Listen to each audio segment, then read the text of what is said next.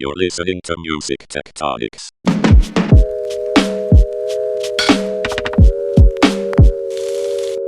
Welcome back to Music Tectonics, where we go beneath the surface of music and tech. I'm your host, Dimitri Vitsa. I'm also the founder and CEO of Rock, Paper, Scissors, a PR firm that specializes in music and technology. And those of you who listen to us regularly know that we also have a conference called the Music Tectonics Conference, which is taking place online October 25th through 27th and in person in LA on November 2nd. And when we were first selecting where to hold our conference in 2019, our debut conference, we looked across the entire solar system to see what else was already out there and where there might be a good spot to have a conference. And we landed on Los Angeles. And that's significant to my interview today because sometimes you find a spot before you find the people, and somebody shows up and you're like, wait a second, this guy is a star of music tech. See, we're doing a mini series of the stars of the 2021 Music Tectonics Conference. These are music tech stars in their own right, but they're also star sponsors of this year's edition of the conference. We attract some of the most forward-thinking movers and shakers who are hardcore supporters of the network that gathers at Music Tectonics. And you'll get to meet our current guest at the conference. And in this episode, you kind of get to jumpstart getting to know them. So like I said, he showed up at the first conference, he got a booth, and we've become friends and stayed in touch about all things music tech. And it's been a blast to exchange notes with him. In fact, you can hear him on two previous episodes from 2020. Today, I have with me Zach Zallen, the CEO of Super HiFi. Zach, how's it going? It's going great, man. How are you? I'm great, and I'm super excited that you're coming back to Music Tectonics. You've been egging me along from as soon as you showed up at the first one. And just for anyone who hasn't listened to the previous episodes, you should go back and listen to Zach's interviews. He's got so many insights to offer. But Super HiFi offers an artificial intelligence-driven, cloud-based solution that connects directly with music services, delivering real-time instructions on song placement, volume level, and so much more. Each transition is uniquely programmed for that specific pairing, whether it's song to advertisement, song to content, or any other combination. And Zach is a regular at industry conferences. Go back and listen to the podcast. You'll get the full deal in the episodes we did with him. But this is our chance to hear kind of your perspective, Zach, on what's been happening in music tech in 2021. I love your perspective on big picture stuff. It's why I love having you on the podcast. I guess I'll just jump in and ask you a few things. It's kind of a stream of questions. You can answer any of all of them. But how would you describe? Thanks. How would you describe this moment in time in the world where music and technology intersect? Where have we been since the last Tectonics conference a year ago in October? Where are we now? Tell us what trends and influences are the strongest in our world of music tech. So my perspective is that we are roaring as an industry. So digital music is obviously the primary form of music consumption at this point, right? Record labels make most of their revenue from digital music experiences. Digital music itself has become a business. Both Spotify has shown that you could do this as a standalone, and companies like Apple and Amazon, the larger companies, have shown you can use this as kind of an adjunct service to drive services revenue. And the independent services are showing that you could still carve your own niche and have that be a profitable venture. But at the same time that things are roaring, we're also at an inflection point.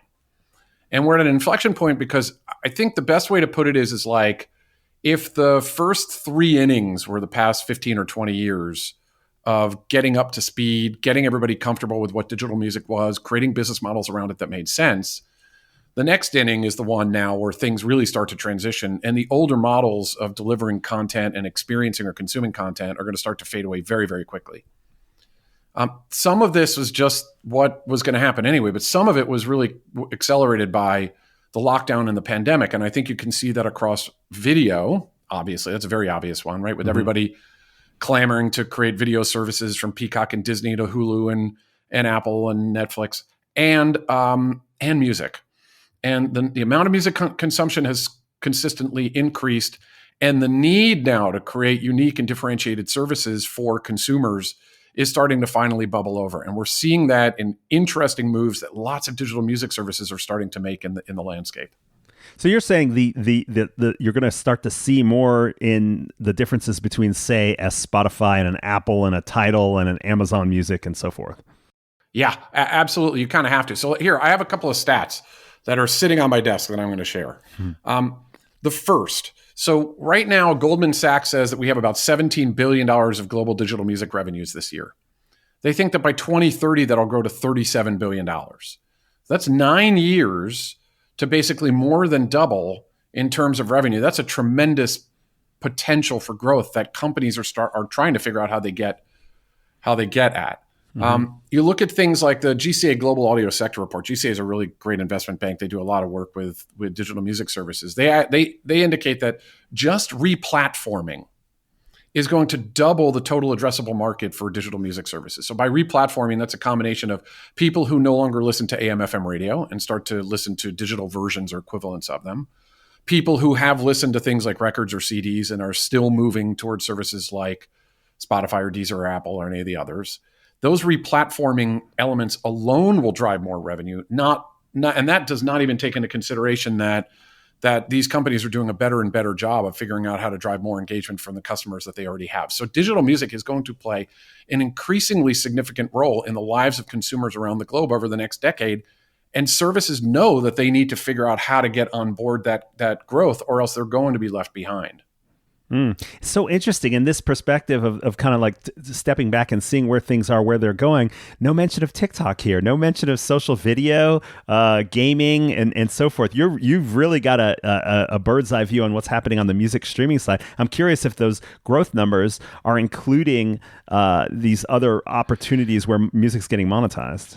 They are, and I'll be honest, I'm totally biased towards the world of on-demand access and streaming and not the social music experience. And that's because that's where our experience is, that's where our passion is, and honestly, that's what we built the business around, our business, Super HiFi, around helping to accelerate. There is a massive role, obviously, for social music experiences, and as I watch my kids who are fairly young, TikTok, that's a big part of how they consume and learn about music. But what is interesting is that when they learn about music through those sources, they still go to a digital music service that where they can access the song in its entirety and listen to it. And so what they've created is this nice synergistic relationship between introductory services, which things like TikTok are. And by the way, I should say things like Marvel are, right? Like my youngest is 12 years old. She watches a Marvel movie. And if there's music in the Marvel movie, boom, she's going and she's listening to that on Spotify or Apple or one of the other services we subscribe to here. But yeah, no doubt. So social is going to continue to increase. And I would guess that TikTok is going to continue to dominate that for quite some time.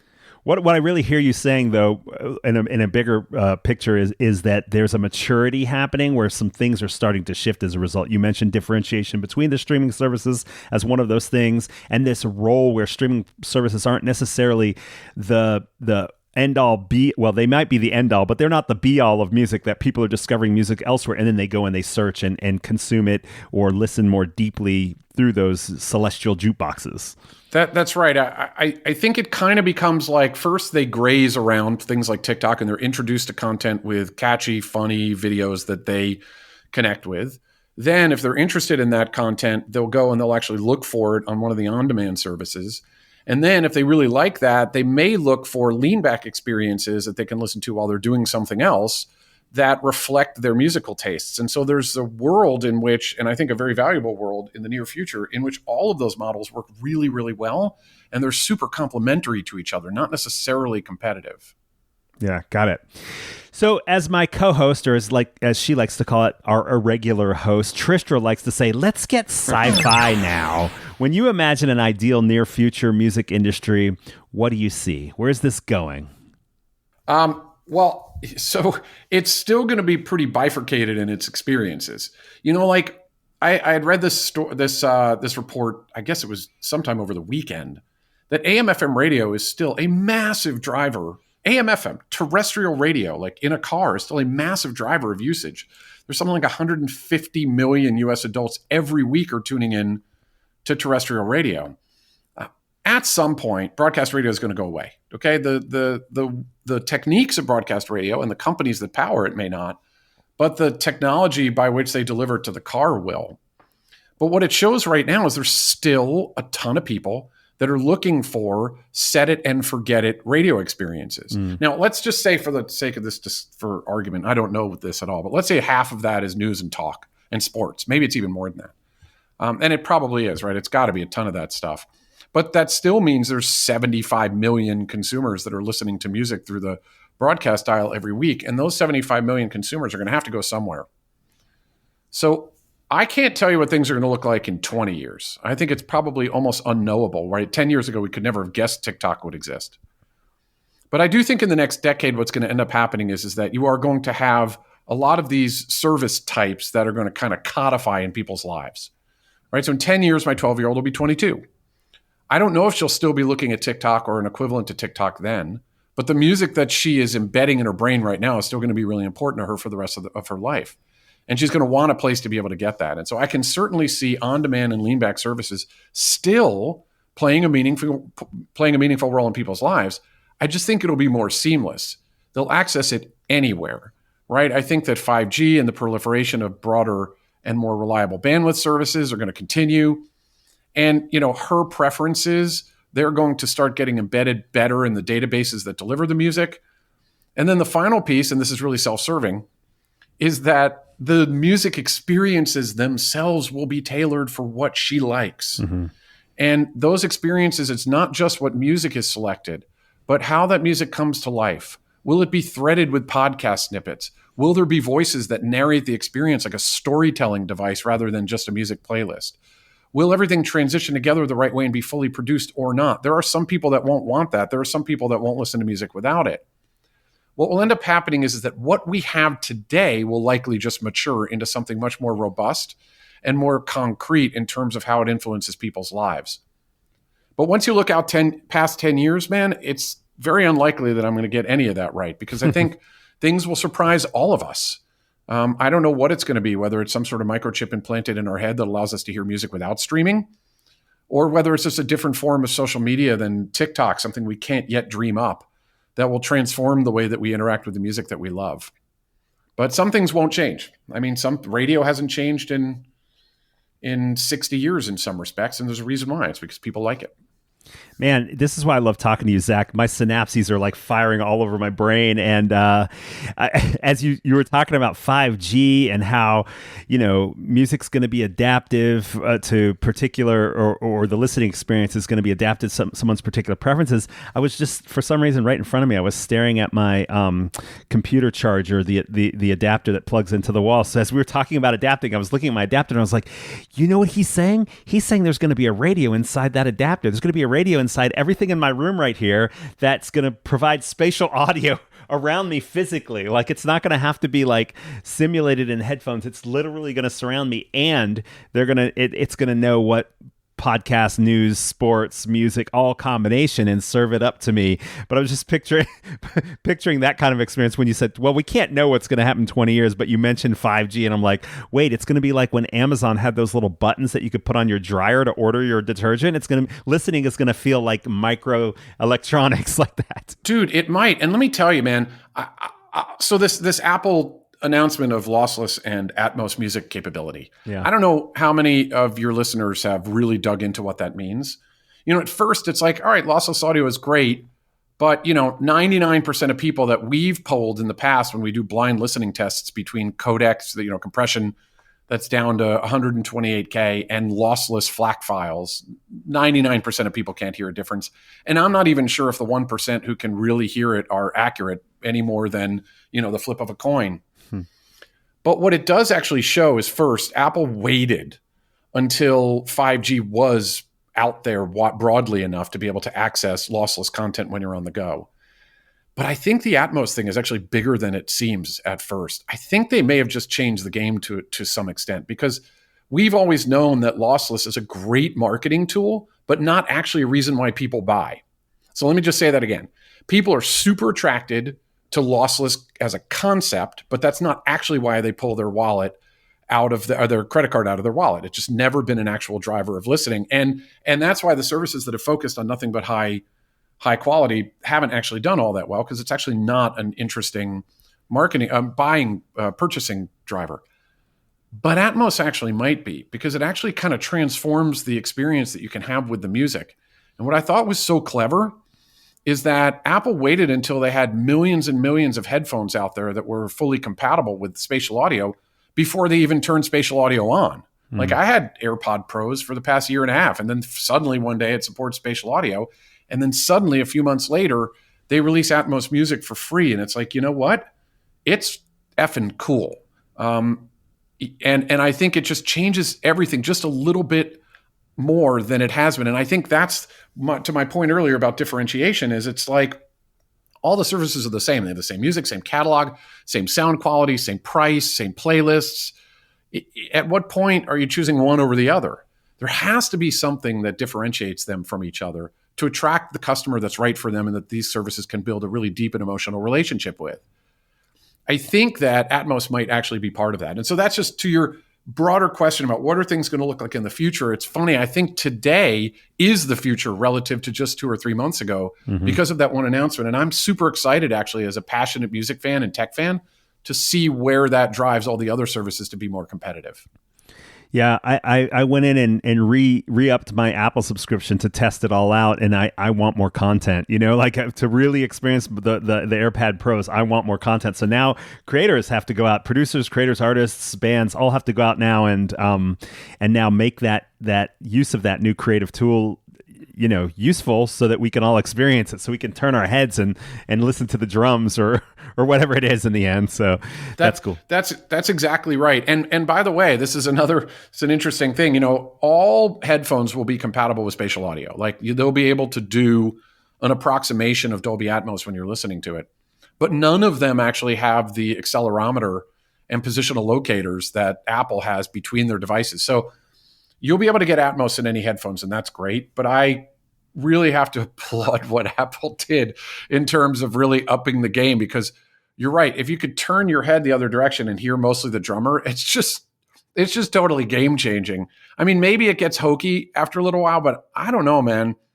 I think kind of the concept of environmental music experiences is really very untapped, and I'm interested in seeing where it goes. Yeah, me too. I'm super already pumped when you watch a movie that has it, because then it actually does. You have your vision connects with the movement of your head too. So you really get something there. Anyway, this is super fun. As we wrap up this speed round, Zach, I'm curious, what keeps bringing you back to Music Tectonics, the conference, and what are you hoping to get out of it this year? Well, so I think there's two things. I mean, one is just the general desire to participate in and support something that is so specifically dedicated to promoting and enhancing the very industry that I've dedicated my career to, right? Digital music, period. The technology and listening experiences behind consumer music services. So that's the first thing. It's just there's very few, if any, other conferences that are so specifically dedicated towards all of our collective success. So, that's the first thing. The second thing is the self-serving part, which is, look, we are a company we're not just a technology company, but we're also a company with a purpose. We believe that the entire industry will grow and that consumers will be happier with their services of choice if these companies can create differentiating sounding experiences. And so, yeah, our technology is AI, our technology is designed for listening experiences, but it's the why behind it that's so important to us. Like, we want to help these services to be more successful in differentiating themselves from others and in creating great experiences for their listeners. And honestly, Music Tectonics is an incredible place for us to meet people from both sides of that equation. We can meet artists who are actually kind of interested in it, which I think is super cool, and talk to them more about what their goals and dreams are for being able to manage their own careers in the future. And more importantly for us, we can meet with the very services that we are looking to power over time and just continue to promote ourselves in a landscape that we think is rapidly growing and that we are very fortunately starting to have more and more of an impact on. So yeah, man, we're huge boosters. I mean, look, we're sponsors, and I'm proud of that.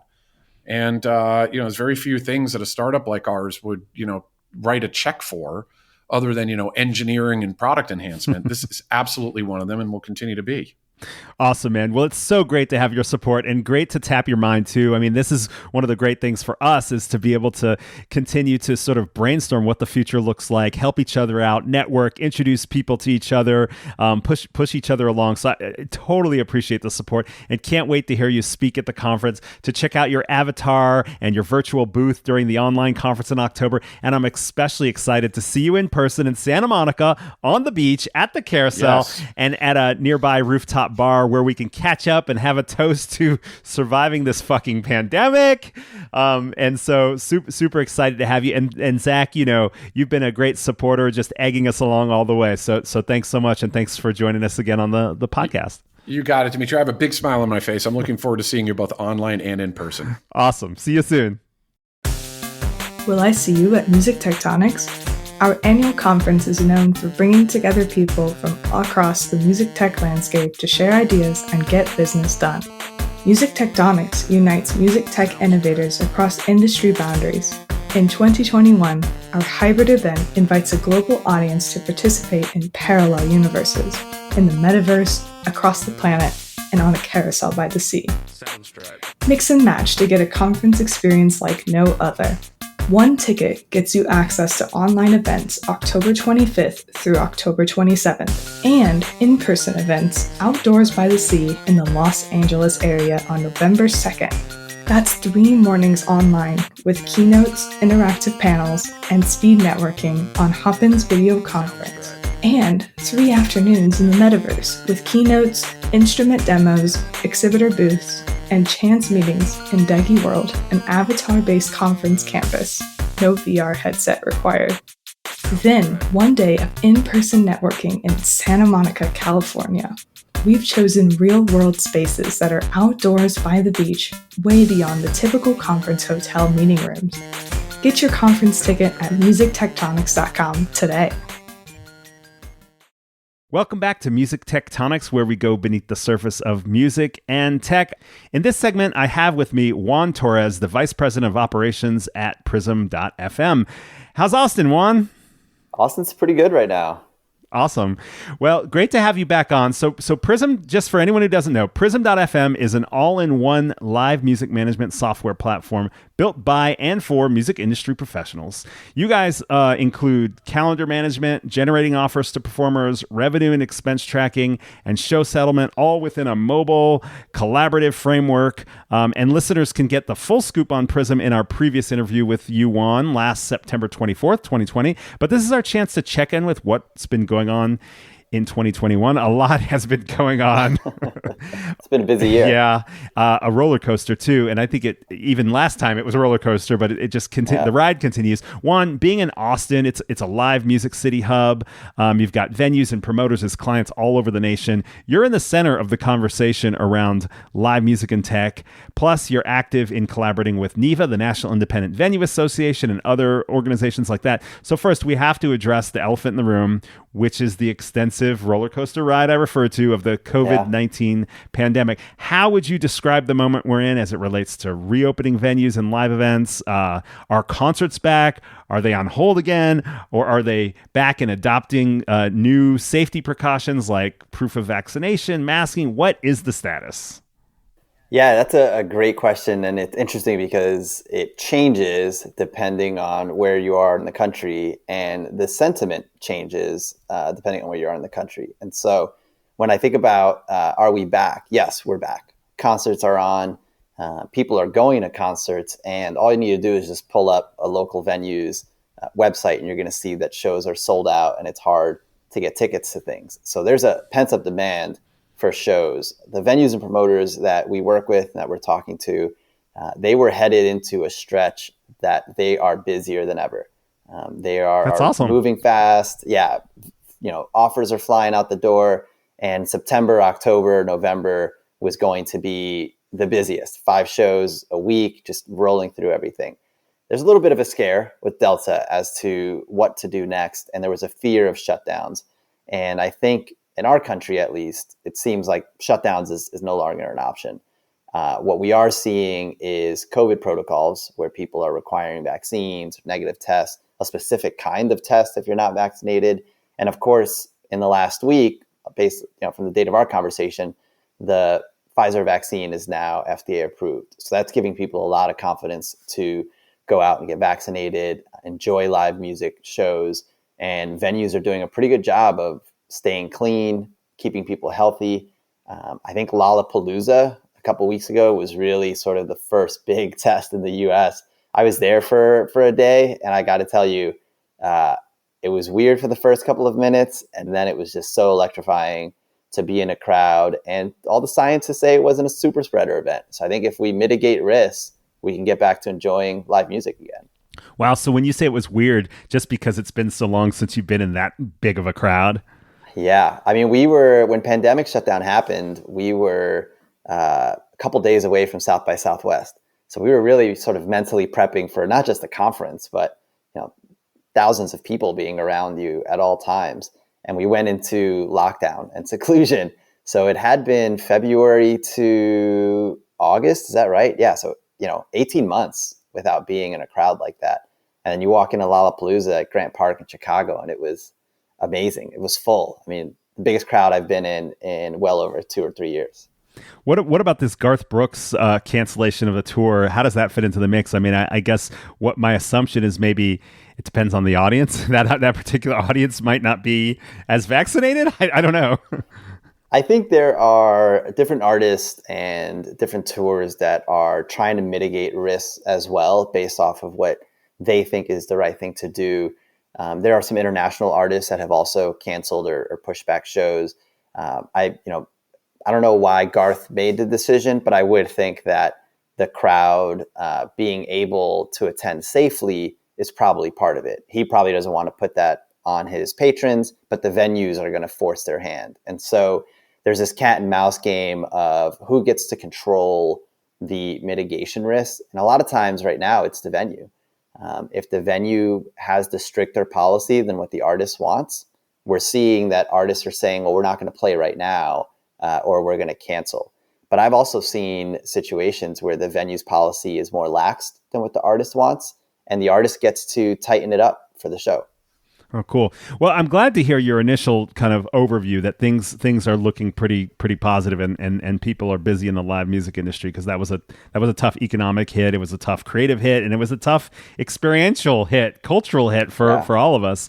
So that's great to hear. What about on live streaming? What's the latest there? Is that sustaining? I mean, that really took off during the pandemic. I'm curious if you think we'll see hybrids of IRL and live streaming, or was it just a stopgap measure that is not going to be as strong?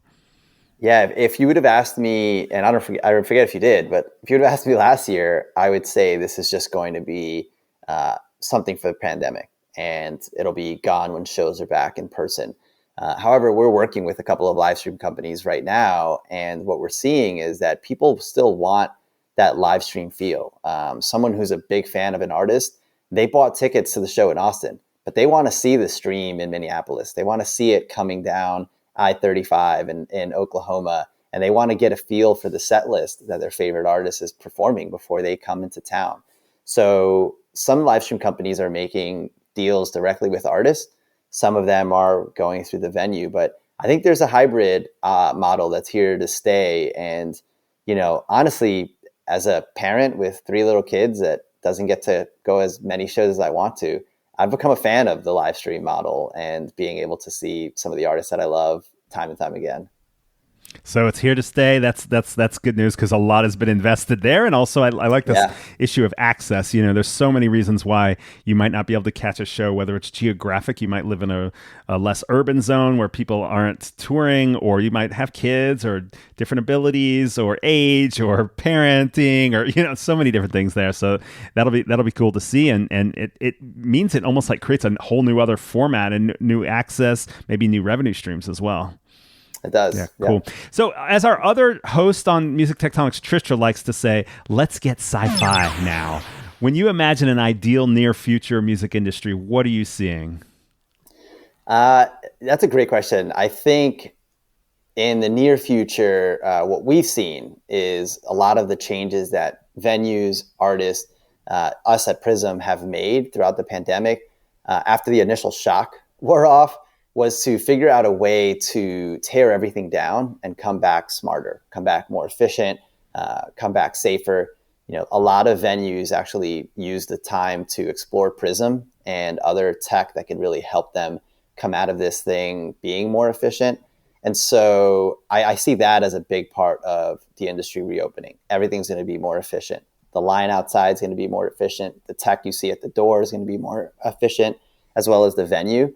The other part that is happening now, as it relates to the world that we're in every day, is independent venues are more in communication with each other than they ever have been. And so these silos of music venues that, didn't know what the town or city or state next door to them were doing, now they're all sharing information. So that can only be better for the industry, because now everybody knows what the standard is. Standard could be raised across the board. And it gives them a better opportunity to compete with some of the really big players in the space that, pump everything out of one or two offices. That's super cool. Yeah, I mean, it's challenging to run an independent venue. I mean, anything that you have to scale in real life, and you physically are smaller already makes it challenging. So that's a really interesting point. And it's just a larger trend that we've been seeing at Music Tectonics is just the acceleration of technology during the pandemic. We're hearing people come on the podcast and talk about it. 3 to 5 years worth of technology got crammed into 1 year in terms of adoption or development, for that matter. So cool to see that it's going to help independents. Are there any other trends or specific companies emerging in the live space or even music tech that you'd like to shout out for their innovation? I love hearing from your seat in your position is really interesting. I think the live stream companies has been something that we followed closely. What are we in? So August, this time last year, there might have been 30 companies springing up to do live streaming for venues and promoters. There are, 3 or 4 key ones that remain now. And one of the most recent ones to announce is one of the ones that I think is doing something really interesting. You've got Mandolin. They're doing something pretty cool. You've got Veeps, which is also doing some really cool stuff. And there's another company called Fly Machine, which, they're creating crowds within a live stream. And so, Jack Daniels can have a Jack Daniels room where there's a full experience remotely for your show. And so it goes beyond just feeling like you're in your living room. You're actually with a crowd. You're with a group of people, new friends, so to speak, that you can now share this experience with.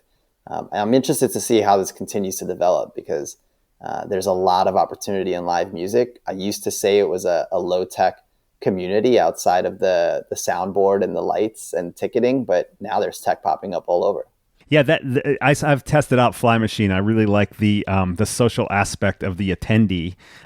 Is super cool. It feels like you can go to concerts with friends or meet up with people or meet people there, which is kind of different than my experience of watching a Twitch where the chat is moving so quickly that I don't even know what they're saying. Pretty insane. You got to have your emojis ready there. Yeah. And then Mandolin's really leaned into the kind of a venue friendly, kind of an industry friendly model by kind of recognizing where the value contribution is to venues and promoters and agents and managers. There's kind of like a role for everybody. The geofencing aspect, I think, is helpful to them, which helps, I guess, reconfirm promoters as curators, having an existing community of attendees that they can kind of bring into a live stream, which is kind of cool. Yeah, it's really interesting. They all have a slightly different model that they're going to market. And it does appear that there's going to be space for all of them to sort of coincide and maybe even work together in some aspects. Super cool to see. Hey, this has been great. Juan, it's super fun to have your perspective. Like I said, you sit in such a unique position of the industry, get to see the tech side, get to see the venue, artist, manager, promoter side, and the live streaming side. So it's super cool. As we wrap up our speed round here, what are you hoping to get out of the Music Tectonics conference this year? Yeah, I'm hoping to make another great, handful of connections. Last year, the conference, it was in Degi World, which if you haven't checked that out, it's pretty awesome, and you might get a taste of it at the conference this year. But that's something I've been obsessed with. I'm eagerly waiting to get back in there and see what's new, see what's set up this year. Last year, we sort of tested it out. But I'm really interested to get in there and virtually connect with people, make some new connections, some potential partnerships, and really just see what's going on in the whole industry. We also went into the agency world this year. So we launched an agency platform that will eventually connect into the promoter venue platform. And so there's a whole new world of conversations and connections that I'm looking to open up.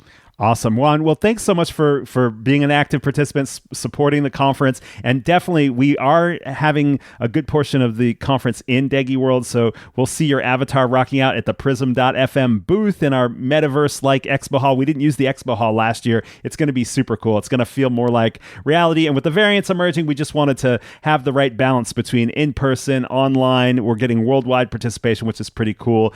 And the best thing, we'll be catching up with you in person at the Santa Monica Carousel that we're renting as well. So looking forward to seeing you online in the metaverse and by the ocean. Thanks, Juan. Thanks. Great to catch up. Thanks for listening to Music Tectonics. If you like what you hear, please subscribe on your favorite podcast app. We have new episodes for you every week. Did you know you can dig deeper into all our episodes with the show notes at musictectonics.com. While you're there, look for the latest about our annual conference, sign up for our newsletter to get updates, or get the Music Tectonics app for music tech news. Everything we do explores seismic shifts that shake up music and technology the way the Earth's tectonic plates cause quakes and make mountains. Connect with Music Tectonics on Twitter, Instagram, and Facebook, and find me, Dmitry Vitsa, if you can spell it, on LinkedIn. Bye-bye! You're listening to Music Tectonics.